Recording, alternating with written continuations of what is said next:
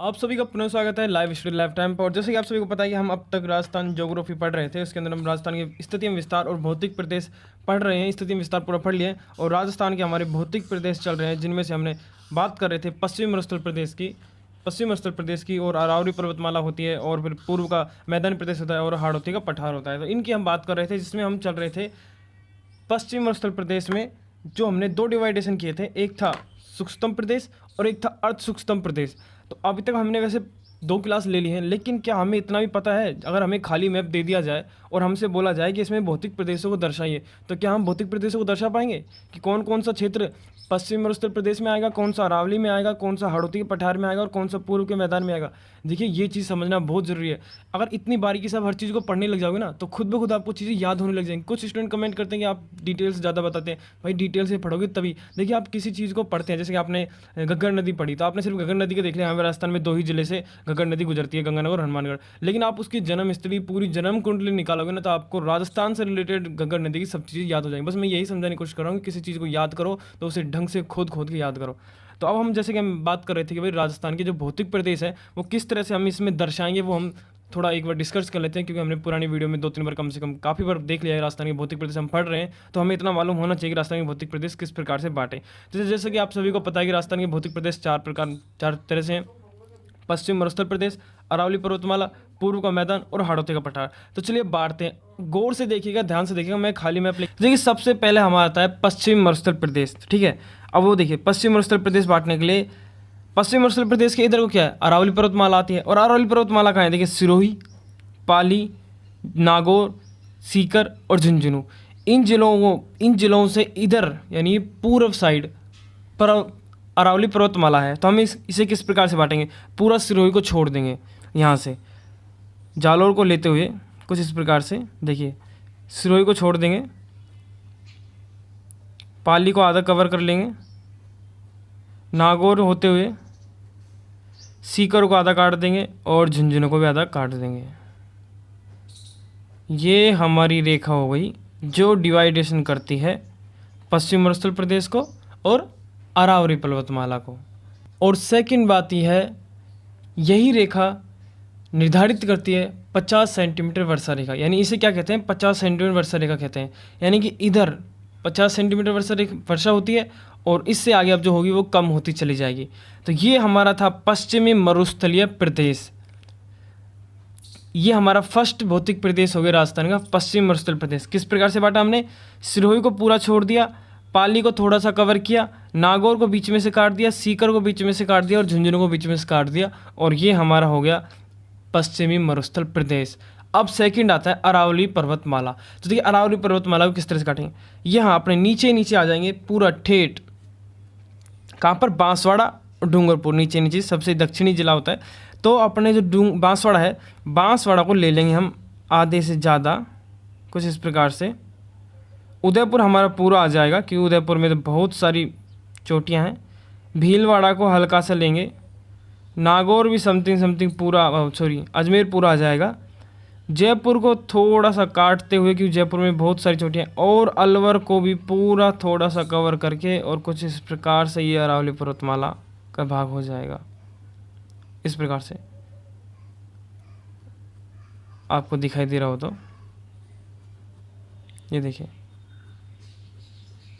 कुछ इस प्रकार से बांसवाड़ा आधे से ज़्यादा, उदयपुर पूरा, जालोर भी पूरा, भीलवाड़ा हल्का सा पश्चिम तरफ से, नागौर भी समथिंग पूरा आ जाएगा। मात्र 25% एरिया छूटेगा, जो कि पूर्व का साइड का छूटेगा। उसके बाद में जयपुर भी आधे से ज़्यादा आ जाएगा, और फिर हमारा अलवर भी आधे से ज़्यादा कवर होके, और कुछ इस प्रकार से ये हमारा क्षेत्र अरावली पर्वतमाला है, जिसके मध्य में विस्तार कम है और दक्षिण पश्चिम में विस्तार अधिक है। और ऊंचाई उत्तर पूर्व में अरावली की सर्वाधिक ऊंचाई यानी ऊंची चोटियाँ पाई जाती हैं। ये हम बाद में डिस्कस करेंगे जब अरावली पर्वतमाला ढंग से पढ़ेंगे। तो ये हमने सेकंड भौतिक प्रदेश बांट लिया, अरावली पर्वतमाला। कौन सी, अरावली पर्वतमाला, जिसमें चोटियाँ पाई जाती हैं, चोटियाँ और पठार पाए जाते हैं, यहाँ रेगिस्तान पाया जाता है। 2 डिवाइडेशन हमने कर लिए। अब तीसरा हम आता है पूर्व का मैदान और हाड़ौती का पठार। बहुत ईजी है। हाड़ौती का पठार 4 ही ज़िले आते हैं, बूंदी, कोटा, झालावाड़ और बारां। ये बस 4 ही ज़िलों को हाड़ौती का पठार कहते हैं। इनका डिवाइडेशन करना बहुत आसान है। पूरा बूंदी हमारा कवर हो जाएगा। चित्तौड़गढ़ का ये एरिया भी कुछ इस प्रकार से पूरा बूंदी कवर होएगा। और हल्का सा हमारा, क्योंकि यहाँ पे हमारी चंबल नदी बहती है, तो ये एरिया भी हल्का सा आ जाएगा धौलपुर तक का, बहुत मामूली। मेन आपको ये अगर मोटे तौर पे याद रखेंगे तो बस ये 4 ही ज़िले आएंगे, बूंदी, कोटा, झालावाड़ और बारां, 4 ज़िले आते हैं हाड़ौती के पठार में। ये वाला एरिया हमारा हाड़ौती का पठार हो जाएगा। अब इसे आपको ढंग से दिखाने के लिए मैं समझाता हूँ। ये हमारा एरिया हो गया हाड़ौती का पठार।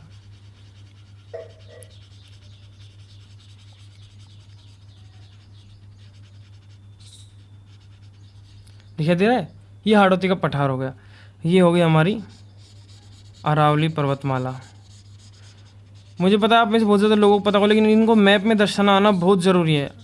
अगर आप आगे पढ़ना चाहते हैं भौतिक प्रदेश को, हम अर्ध सूक्ष्म प्रदेश की बात करेंगे वीडियो में आगे, अगर आप चाहें तो स्किप कर सकते हैं, लेकिन ये ज़रूरी है। देखिए, आपको जब इतना ही पता नहीं होगा कौन कौन से एरिया राजस्थान के सूक्ष्म प्रदेश और एकदम सूक्ष्म प्रदेश में आता है। देखिए, अब हम जो प्रदेश पढ़ रहे थे भौतिक प्रदेश, पश्चिम मरुस्थल प्रदेश, इसे भी 2 भागों में बांटा गया था। एक था सूक्ष्म प्रदेश और एक था अर्ध सूक्ष्म प्रदेश। सूक्ष्म प्रदेश को भी 2 भागों में बांटा गया था, जो कि हम डिटेल से पढ़ चुके हैं, तो अब हम यहाँ पे इसकी बात नहीं करेंगे। अब हम बात करेंगे अर्ध सूक्ष्म प्रदेश। तो चलिए अर्ध सूक्ष्म प्रदेश को पढ़ते भी हैं और साथ ही साथ में डिवाइडेशन भी करते हैं, अर्ध सूक्ष्म प्रदेश किस प्रकार से बटेगा। तो देखिए, अर्ध सूक्ष्म प्रदेश आपका जो हमारा जैसलमेर है, बाड़मेर है, तो बाड़मेर से यहाँ से शुरुआत करिए आप अर्ध सूक्ष्म प्रदेश की कुछ इस प्रकार से, और नागौर को बीच में से काटते जाइए, और हमारा जो बीकानेर है पूरा अर्ध सूक्ष्म प्रदेश में आ जाएगा, और ये हमारा श्रीगंगानगर होते हुए कुछ इस प्रकार से कट जाएगा डिवाइडेशन, कुछ इस प्रकार से। ये हमारे श्रीगंगानगर, हनुमानगढ़ अर्ध सूक्ष्म प्रदेश में ही आते हैं। ये डिवाइडेशन हो जाएगा कुछ इस प्रकार से मोटे तौर पर। ये पश्चिम मरुस्थल प्रदेश का डिवाइडेशन किया है मैंने, सूक्ष्म प्रदेश और अर्ध सूक्ष्म प्रदेश। और आज हम पढ़ेंगे अर्ध सूक्ष्म प्रदेश। और जो हमारा अर्ध सूक्ष्म प्रदेश है, इसे भी 4 भागों में बांटा गया है। पहले आता है हमारा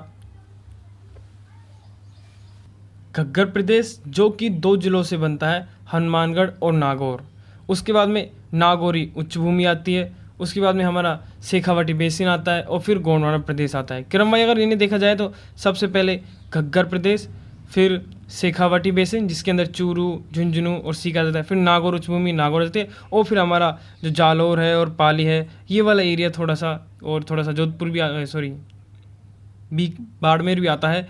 तो कुल मिला के ये सब एरिया गोंडवाना प्रदेश कहलाता है। अब इसका हम विस्तार से पढ़ेंगे, एक एक चीज़ को डिटेल से पढ़ेंगे। सॉरी, एक बात और बताना मैं आपको भूल गया था। जो हमारे पश्चिम उत्तर प्रदेश को 2 भागों में डिवाइड करती है, एक अर्ध सूक्ष्म प्रदेश और सूक्ष्म प्रदेश, यानी जहाँ सूखा रहता है और जो आजकल नहरों की सिंचाई से सुविधा हो गई है। तो इनको जो ये रेखा है, ये 25 सेंटीमीटर रेखा है, जो कि डिवाइडेशन करती है। कौन सी? 25 सेंटीमीटर वर्षा रेखा है, ठीक है, याद रखिएगा। 25 सेंटीमीटर रेखा डिवाइडेशन करती है सूक्ष्म प्रदेश और अर्ध सूक्ष्म प्रदेश को। और अरावली जो डिवाइडेशन करती है, 50 सेंटीमीटर वर्षा रेखा है, जो कि डिवाइडेशन करती है मरुस्थलीय प्रदेश को और अरावली पर्वतमाला को।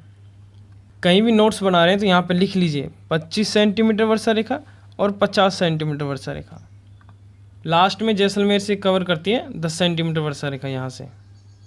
अभी भी अगर कुछ को समझ नहीं आ रहा कि आज हम पढ़ने वाले क्या हैं, अगर वो पहली क्लास ले रहे हो 2 क्लास नहीं ले, तो फिर से बता दूँ, ये हमारा राजस्थान है, जिसको हमने 4 भौतिक प्रदेशों में बांटा है। एक हमारा सूक्ष्म प्रदेश, पश्चिम मरुस्थलीय प्रदेश जिसका हम पढ़ रहे हैं, और अरावली पर्वतमाला हमने देख लिया। पश्चिम मरुस्थलीय प्रदेश को हमने 2 भागों में बांटा था, ये था शुष्क प्रदेश और यह है अर्ध शुष्क प्रदेश, ठीक है। 2 प्रकार से बांटा गया है पश्चिम मरुस्थलीय प्रदेश को, सूक्ष्म प्रदेश और अर्ध सूक्ष्म प्रदेश।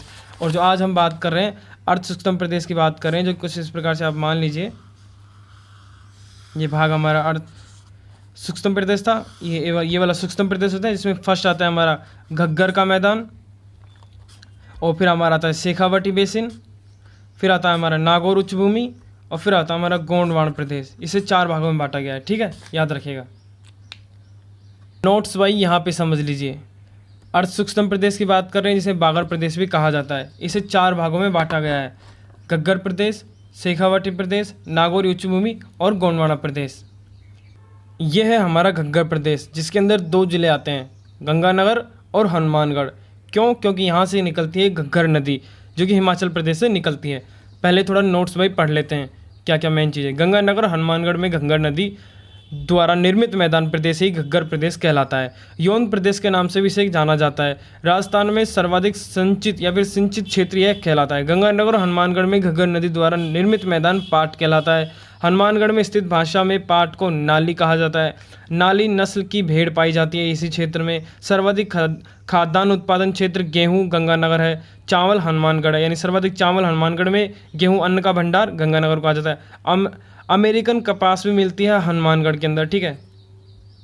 बात की जाए राजस्थान में नहरों द्वारा सर्वाधिक सिंचाई की तो घग्गर प्रदेश में होती है। जो गंगा नहर द्वारा गंगानगर में, भाखड़ा नागल परियोजना हनुमानगढ़ में और सिद्ध मुखी नहर हनुमानगढ़ में, ठीक है। और इंदिरा गांधी नहर हनुमानगढ़, इनसे मुख्य तौर पर सिंचाई की जाती है घग्गर प्रदेश में। अब बात करते हैं इस क्षेत्र को अच्छे से समझने की। तो देखिए, सबसे प्रथम गंगानगर और हनुमानगढ़ दो क्षेत्र आते हैं। इस क्षेत्र को कहते हैं घग्गर प्रदेश, ठीक है। क्यों? क्योंकि यहाँ पे घग्गर नदी बहती है दोनों जिलों में। ये फर्स्ट बात हो गई। अब बात कर ले अगर घग्गर नदी की, आप चाहें तो थोड़ी सी घग्गर नदी की बात कर ही लेते हैं। तो देखिए, ये हमारी घग्गर नदी है जो कि हिमाचल प्रदेश से निकलती है। कालका माता के मंदिर के समथिंग पास से निकलती है ये। और यहाँ पे जो है वो टिब्बी नामक स्थान पर एक झील है जो कि राजस्थान की सबसे नीची या फिर गहरी झील जानी जाती है, जिसे तलवाड़ा झील कहते हैं। और एक बात जो हमने पहले भी पढ़ ली कि जो हनुमानगढ़ में घग्गर नदी का बहावी क्षेत्र है, मैदानी क्षेत्र है, उसे नाली या फिर पाट कहा जाता है। बात करें नदी अंतिम कहाँ जाती है, तो ये नदी जाती है पाकिस्तान में। अंतिम स्थान फोर्ट अब्बास पाकिस्तान में बहाव क्षेत्र हरका कहलाता है।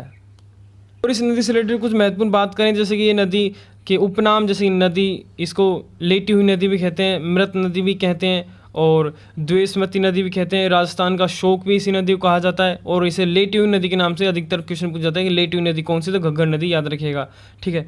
और इससे रिलेटेड कोई बात आती है तो हाँ, यहाँ पे कालीबंगा सभ्यता पाई जाती है नदी के मुहाने पर। यह भी एक इम्पोर्टेंट बात है घग्गर नदी को लेकर। तो अब बची कुछ ही कसर यहाँ पे काट लेते हैं हमारे घग्गर प्रदेश की। तो देखिए, सबसे पहले आपको घग्गर प्रदेश की जो मेन चीज़ याद रखनी है वो दो ही चीज़ याद रखनी है। घग्गर प्रदेश कौन कौन से जिले इसमें आते हैं, तो हनुमानगढ़, श्रीगंगानगर और हनुमानगढ़, इसमें दो जिले आते हैं। इस क्षेत्र को ही घग्गर प्रदेश कहते हैं, ठीक है। इसके बाद में इससे रिलेटेड एक चीज़ और याद रखनी है, इसे यौन प्रदेश भी कहते हैं क्योंकि यहाँ पे यौन जाति निवास करती थी, इसी कारण इसे यौन प्रदेश भी कहते हैं। अब बात करते हैं पाट। तो देखिए, हनुमानगढ़ में घग्गर प्रदेश के बहावी जो क्षेत्र बनता है, मैदान है, उसे पाट कहते हैं, ठीक है। ये बात यहाँ पे रखिएगा। और हनुमानगढ़ में जो घग्गर नदी है, हनुमानगढ़ में ही भटनेर दुर्ग भी स्थित है, ये बात याद रखिएगा, जो कि बीकानेर के सूरत सिंह ने बनवाया था। इतनी डिटेल आप बाद में याद रख लेना।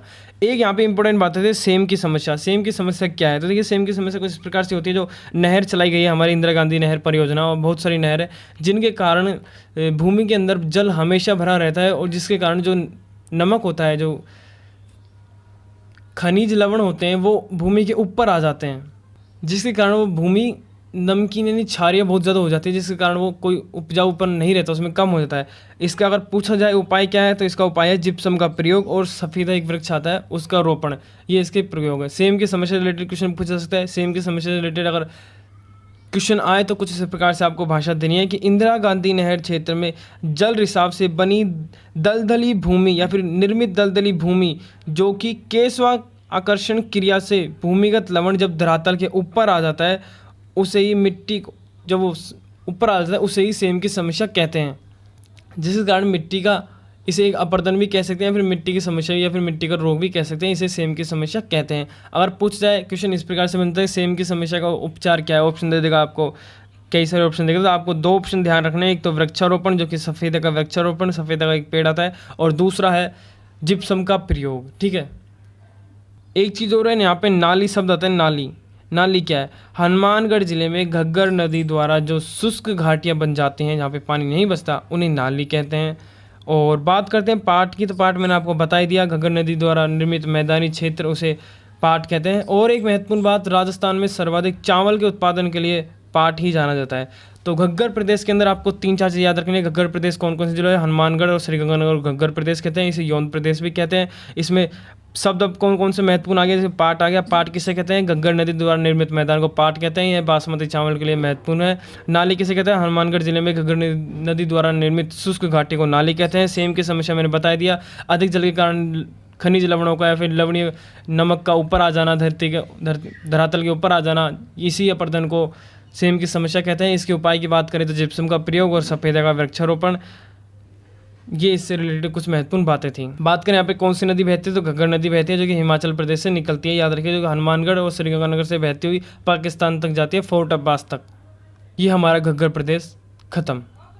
अब सेकंड प्रदेश आता है हमारा शेखावाटी प्रदेश, जिसके अंदर 3 जिले आते हैं, चूरू, झुंझुनू और सीकर। इस क्षेत्र कहते हैं शेखावाटी प्रदेश। 3 जिले आते हैं, चूरू, झुंझुनू और सीकर। आपको तो यह मैप ध्यान रखना है, आपको दिखाई दे रहा होगा। बस इस तरह की मैप को आपको बनाकर नोट्स बनाने, ताकि आपको याद रह जाए। आपको अब शेखावाटी प्रदेश अब मुझे देखने की जरूरत पड़ती है, तो मुझे ये सब कुछ पढ़ने की जरूरत नहीं पड़ती, सिर्फ मैं इतना देख लेता हूँ ये जिले आते हैं और ये कांतली नदी बहती है। इससे महत्वपूर्ण बात ये थी, खत्म कहानी। तो चलिए एक बार आप नोट्स का रिवीजन कर लेते हैं, फिर इसे हम डिटेल से समझ लेंगे। प्राचीन काल में शेख सामंतों का क्षेत्र अधिकार होने के कारण इसे शेख या फिर शेखावाटी प्रदेश भी कहते हैं। राजस्थान के अंतःप्रवाही क्षेत्र भाग है, यानी वह नदियाँ जो कहीं भी नहीं जाती, किसी भी महासागर में नहीं मिलती, उन्हें अंतःप्रवाह क्षेत्र कहते हैं। तो यह यहाँ पे नदी बहती है कातली नदी, जो कि अंतःप्रवाह क्षेत्र कहलाती है, अंतःप्रवाह क्षेत्र वाली नदी कहलाती है। शेखावाटी प्रदेश की मुख्य नदी है कातली नदी, जो कि पूर्णतः राजस्थान में बहने वाली नदी, यानी किसी भी महासागर में जाकर नहीं गिरती, यानी ये आंतरिक प्रवाह की नदी है। प्रवाह क्षेत्र सीकर और झुंझुनू में है इसका। कभी कभार जब बारिश अधिक होती है तो चूरू तक जाके विलीन हो जाती है, चूरू में अधिक वर्षा होने पर। और तंवर राजपूतों का क्षेत्र अधिकार होने का इसे तोरावाटी भी कहा जाता है। इस क्षेत्र को तोरावाटी भी कहा जाता है, क्यों? क्योंकि तंवर राजपूतों का अधिकार होने के कारण यहाँ पे तोरावाटी प्रदेश भी इसे कहा जाता है। ये शेखावाटी प्रदेश से महत्वपूर्ण बातें थी। यहाँ की मुख्य नदी है कातली नदी, जो कि सीकर से निकलती है, झुंझुनू तक जाती है और बारिश अधिक होने पर चूरू तक चली जाती है कभी कभार। लेकिन इसका बहाव क्षेत्र चूरू और झुंझुनू, सीकर और झुंझुनू रहेगा। अब देख लेते हैं शेखावाटी प्रदेश से रिलेटेड कुछ महत्वपूर्ण बातें। जैसे शेखावाटी प्रदेश प्राचीन जलोढ़ मृदा को, शेखावाटी प्रदेश में प्राचीन जलोढ़ मृदा को बांगर कहा जाता है। बांगर का विस्तार है झुंझुनू जिले में सर्वाधिक। शेखावाटी प्रदेश में वर्षा जल संरक्षण किए जाते हैं, यानी किन किन द्वारा जल संरक्षण किए जाते हैं? जिन कच्चे कुएं होते हैं उन्हें जोहड़ कहते हैं, ठीक है, याद रखिएगा। शेखावाटी प्रदेश में कच्चे कुओं को जोहड़ कहते हैं। जोहड़ विकास कार्यक्रम डॉक्टर राजेंद्र सिंह जोहड़ वाले बाबा के नाम से चलाया जाता है, जो कि सीकर में है, ठीक है। पक्के कुएं को नाड़ा कहते हैं और छोटे तालाब को सर कहते हैं। अब देखिए, बस यह डायग्राम से आपको पूरा शेखावाटी प्रदेश याद हो जाएगा। बस इतना सा डायग्राम याद रखना है आपको। इसे आप चाहें तो नोट्स टाइप में इसे बना लेना। देखिए, सबसे पहले बात करते हैं अगर शेखावाटी प्रदेश में कौन कौन जिला के, चूरू, झुंझुनू और सीकर 3 जिला आ जाते हैं। अब बात करते हैं शेखावाटी प्रदेश में जल संरक्षण के लिए जो कच्चे कुएँ होते हैं उन्हें जोहड़ कहते हैं, पक्के कुएँ को नाड़ा कहते हैं, छोटे तालाब को सर कहते हैं। सर यानी तालाब होता है, यानी छोटे तालाब को सर कहते हैं, पक्के कुएं को नाड़ा कहते हैं और कच्चे कुएं को जोहड़ कहते हैं। जोहड़ यानी कच्चे कुएं होते हैं, ठीक है, और नाड़ा पक्के कुएं को कहते हैं, ठीक है। महत्वपूर्ण बात यहाँ पे यह रखनी है, जो कातली नदी है उसके जो बहावी क्षेत्र है, जो झुंझुनू में जाता है तब तो उसे कहते हैं अहिरवाटी, और जो सीकर में रहता है उसे कहते हैं तोरावाटी, ठीक है। बांगड़ प्रदेश प्राचीन जलोढ़ मृदा बांगड़ प्रदेश कहलाती है। बात करते हैं कातली नदी कहाँ से निकलती है, तो खंडी इलाके पहाड़ियाँ सीकर से यह निकलती है कातली नदी। 3-4 महत्वपूर्ण बातें थी, बस यही आपका शेखावाटी प्रदेश है, ज़्यादा बड़ा नहीं है बस, ठीक है। जब लाइन वाइन पढ़ते हैं तब बड़ा लगता है, और अगर डायग्राम में देख लें तो बहुत छोटा सी चीज़ लगती है। आपके काम की चीज़ यही है, देखिए, कच्चे कुएं जोहड़, पक्के कुएं नाड़ा, छोटा तालाब सर कहलाता है। यहाँ पे कातली नदी मुख्य नदी है। शेखावाटी प्रदेश की मुख्य नदी कातली नदी, जो कि सीकर से निकलती है और झुंझुनू तक जाती है। 2 बहाव क्षेत्र हैं इसके, कभी कभार बारिश होने पर चूरू तक भी चले जाते हैं। लेकिन बहावी क्षेत्र की बात करें तो सीकर और झुंझुनू रहेंगे 2 जिले। कहाँ से निकलती है? सीकर से निकलती है। कहाँ से? खंडेला की पहाड़ियाँ से निकलती है। कौन सी नदी निकलती है? कातली नदी निकलती है। नदी भी आपको यहीं याद हो जाएगी। कातली नदी कहाँ से निकलती है? खंडेला की पहाड़ियाँ सीकर से निकलती है। सीकर में से तोरावटी कहते हैं बहावी क्षेत्र को, और हमारे झुंझुनू में से अहिरवाटी कहते हैं, ठीक है। बस खत्म आपका। नेक्स्ट आता है हमारा थर्ड डिवाइडेशन, नागौरी उच्च भूमि। नागौर नोट्स पहले पढ़ लेते हैं, फिर डायग्राम की सहायता से समझा दूंगा। नागौर में 300 से 500 मीटर की ऊंची अरावली से पृथक उच्च भूमि क्षेत्र नागौरी उच्च भूमि कहलाती है। रन, तो देखिए बात करें यहाँ अगर आपके नागौरी उच्च भूमि की, तो इसमें 2 ही चीज़ें काम की, एक तो रन और एक कुबड़ पट्टी, और इसके 3 खंड। तो ठीक है, नागौरी उच्च भूमि में बात करें तो रन, दलदली भूमि को रन कहते हैं, जो कुचामन, डेगाना और डीडवाना आदि क्षेत्र में पाई जाती है। अधिकतर दलदली भूमि होगी। उच्च भूमि बीच में जो मध्य क्षेत्र रहता है उसे दलदली भूमि कहते हैं या फिर रन कहते हैं। सोडियम लवणों की अधिकता के कारण लवणीय झीलें बन जाती हैं उन्हें, और ये जब झीलें सूख जाती हैं, जब दलदली प्रदेश बन जाता है उसे रन कहते हैं। सीधी भाषा में याद रख लीजिए, दलदली भूमि को रन कहते हैं। जब जो लवणीय झीलें होती हैं वो सूख जाती हैं, जब दलदली भूमि बन जाती है तो वो रन प्रदेश कहलाता है। शेखावटी प्रदेश में नागौरी उच्च भूमि में यह क्षेत्र पाए जाते हैं। सिंपल याद रखना चाहो तो देखिए, नागौरी उच्च भूमि को 3 भागों में बांटा जाता है। इसको 3 श्रेणियों में बांटा जाता है। पहली आती है मकराना श्रेणी, दूसरी आती है मांगलोद श्रेणी और तीसरी आती है जायल श्रेणी। ठीक है, मकराना श्रेणी में सफ़ेद संगमरमर का जमावी क्षेत्र पाया जाता है।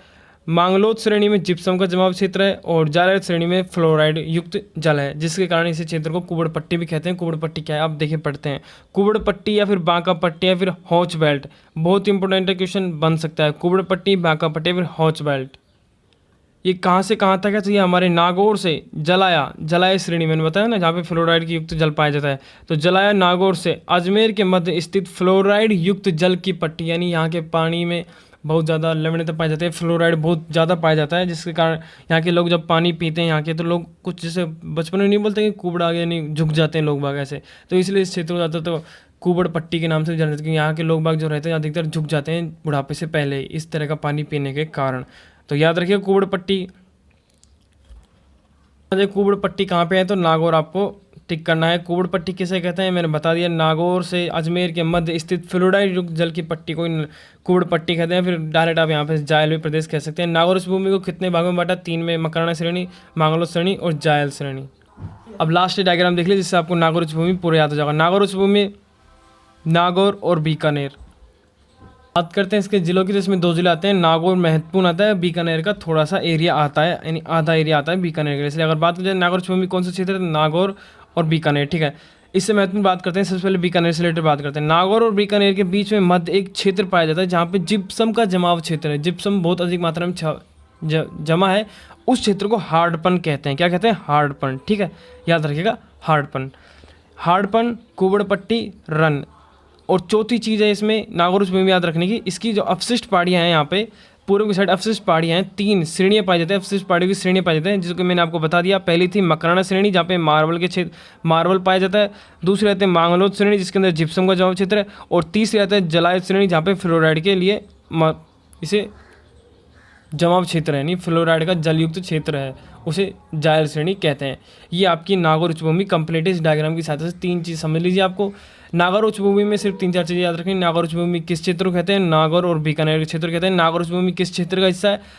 पश्चिमी मरुस्थल प्रदेश के अर्ध सूक्ष्म प्रदेश का हिस्सा है नागौर उच्च भूमि, जो कि नागौर और बीकानेर के क्षेत्र को कहते हैं। नागौर और बीकानेर के मध्य के क्षेत्र को, जहाँ पे जिप्सम का क्षेत्र, जिप्सम जमाव पाया जाता है, उसे हार्डपन कहते हैं। इसमें 3 श्रेणियां हैं। नागौर में 3 श्रेणियां पाई जाती हैं अवशिष्ट पहाड़ियों की, जिसमें मकराना श्रेणी जहाँ पे मार्बल पाया जाता है, मांगलोद श्रेणी जहाँ पे जिप्सम पाया जाता है और जायल श्रेणी जहाँ पे फ्लोराइड अधिक मात्रा में पाया जाता है, जिसे कुबड़ पट्टी के नाम से भी जाना जाता है इस क्षेत्र को। कुबड़ पट्टी, हार्डपन और 3 श्रेणी मकराना, मांगलोद और जायल, ये 3-4 चीज़ें आपको याद रखनी है नागौर उच्च भूमि में। नागौर उच्च भूमि आपका कंप्लीट। अब लास्ट और अंतिम चौथा भाग बचता है हमारा अर्ध सूक्ष्म प्रदेश का, गोंडवाना प्रदेश या फिर लूनी नदी बेसिन भी कहते हैं इसे। ठीक है, इसके अंदर 4 जिले आते हैं, पाली, जालौर, बाड़मेर और जोधपुर। ठीक है, इसके अंदर 4 जिले आते हैं, जोधपुर, बाड़मेर, पाली और जालौर। कुछ इस प्रकार से हम इस क्षेत्र को डिवाइड कर सकते हैं। ये हमारा चौथा भाग है अर्ध सूक्ष्म प्रदेश का। 4 जिले आ गए इसके अंदर, हमारा जोधपुर, हमारा पाली, ये हमारा जालौर आ गया पूरा, और ये हमारा बाड़मेर आधे से ज़्यादा कवर होता है। ठीक है, ये 4 जिले आ जाते हैं, जोधपुर, बाड़मेर, जालौर और पाली। 4 जिले हो गए। ठीक है, जोधपुर, पाली, जालौर और बाड़मेर, 4 जिले आ गए। ठीक है, यहाँ पे लूनी नदी बहती है, इसलिए लूनी बेसिन भी इसे कहा जाता है। कौन सी नदी? लूनी नदी बहती है, इसलिए इसे लूनी बेसिन भी कहा जाता है। प्राचीन काल में गोंड राजपूतों का क्षेत्र अधिकार होने के कारण इसे गोंडवाना प्रदेश के नाम से जाना जाता है। 4 जिले आते हैं, पाली, जालौर, बाड़मेर और जोधपुर। ठीक है, गोंडवाड़ी बोली जाती है पाली और जालौर के अंदर। अब यहाँ पे रिलेटेड 2 चीज़ें आती हैं आपको याद करने के लिए। एक तो 56 की पहाड़ियाँ पूछेगा, 56 की पहाड़ियाँ क्या हैं? तो देखिए, बाड़मेर जिले के अंदर बालोतरा नामक स्थान से सिवाना नाम के स्थान तक, बाड़मेर में ही, ठीक है, बाड़मेर के अंदर ही, बालोतरा बाड़मेर से सिवाना बाड़मेर तक, सिवाना दुर्ग भी, ठीक है, उसके मध्य में फैली हुई 56 पहाड़ियों का समूह 56 की पहाड़ियाँ कहलाता है। इसके अंदर दो चीज़ें महत्वपूर्ण है 56 की पहाड़ियों के अंदर। एक आता है नाकोड़ा पर्वत जो कि बालोतर बाड़मेर में पाया जाता है। यह नाकोड़ा भैरवनाथ का मंदिर है, इसलिए इसे नाकोड़ा पर्वत भी कहा जाता है। एक आता है पीपलुद गांव, क्योंकि यहाँ पे इसे राजस्थान का माउंट आबू कहा जाता है। क्यों? क्योंकि यहाँ पश्चिमी मरुस्थल में या फिर पश्चिमी भाग में, राजस्थान के पश्चिमी भाग में सर्वाधिक वर्षा प्राप्त करने वाला यह गांव है पीपलुद गांव, इसलिए इसे राजस्थान का माउंट आबू कहा जाता है। और जैसे कि आपको पता है माउंट आबू लेकिन सिरोही में स्थित है। ठीक है, पीपलुद गांव याद रखना है, नाकोड़ा पर्वत याद रखना है और 56 की पहाड़ियाँ याद रखना है। 56 की पहाड़ियाँ कहाँ हैं? बालोतरा बाड़मेर से सिवाना बाड़मेर के मध्य स्थित 56 पहाड़ियों का गुम्बदाकार 56 पहाड़ियों का समूह 56 की पहाड़ियाँ कहलाता है। ये हमारे लूनी बेसिन या फिर गोंडवाना प्रदेश को आपकी याद रखने की चीज़ है। दूसरी चीज़ यहाँ पे याद रखने की चीज़ है जसवंतपुरा की पहाड़ियाँ। ये कहाँ पर है? तो ये जालौर में स्थित हैं जसवंतपुरा की पहाड़ियाँ। ठीक है, कहाँ पे स्थित है? जालौर में स्थित हैं जसवंतपुरा की पहाड़ियाँ।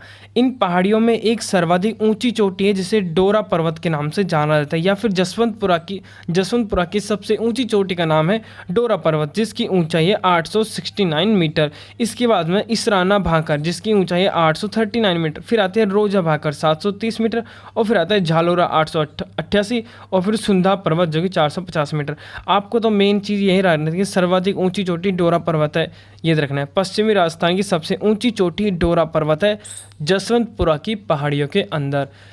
ये कहाँ पे है? जालौर में, याद रखिएगा।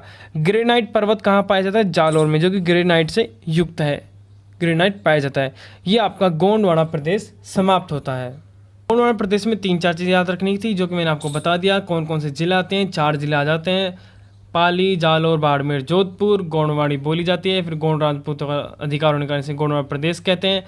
56 की पहाड़ियाँ याद रखना है और जसवंतपुरा की पहाड़ी याद रखना है। एक पीपलुद गांव याद रखना है, एक नाकोड़ा पर्वत याद रखना है और एक याद रखना है डोरा पर्वत जो कि पश्चिम राजस्थान का सबसे ऊंचा पर्वत है डोरा पर्वत, जो कि जसवंतपुरा की पहाड़ियों में स्थित है। एक जालौर में ग्रेनाइट पर्वत भी स्थित है जो कि जालौर में स्थित है, ग्रेनाइट सिटी। नेक्स्ट हम देखेंगे अरावली पर्वतमाला। ये हमारा पश्चिम उत्तर प्रदेश हो गया पूरा कंप्लीट। नेक्स्ट हम देखेंगे अरावली पर्वतमाला में कौन कौन से जिले आते हैं, उनमें कौन कौन सी मुख्य नदी आ जाती हैं, कौन कौन से मुख्य पठार हैं, इनका डिवाइडेशन करेंगे अच्छे से और फिर इस प्रकार से चोटियाँ दर्शाकर आपको डिटेल से बताऊंगा कौन कौन सी महत्वपूर्ण चोटियाँ आती हैं अरावली पर्वतमाला के अंदर, कौन कौन सी प्रमुख पहाड़ियाँ हैं, कहाँ पर इसका सर्वाधिक विस्तार है, कौन से जिले के अंदर है, कौन कौन सी उसके अंदर महत्वपूर्ण पर्वत हैं, पहाड़ हैं, चोटियाँ हैं, ये सब हम नेक्स्ट वीडियो में देखेंगे। मैप की सहायता से बड़े अच्छे से समझाऊंगा आपको। और हाय, आई होप आपको समझ भी आया हो, तो प्लीज़ वीडियो को लाइक करें, अपने दोस्तों के साथ में शेयर करें। मिलते हैं नेक्स्ट पार्ट के लिए, तब तक के लिए धन्यवाद। बट प्लीज़ वीडियो को लाइक या डिसलाइक ज़रूर करें, कोई कमी लगी हो तो कमेंट करें और वीडियो को प्लीज़ लाइक डिसलाइक ज़रूर करें, अपने दोस्तों के साथ में शेयर करें और फैला दें। Thank you.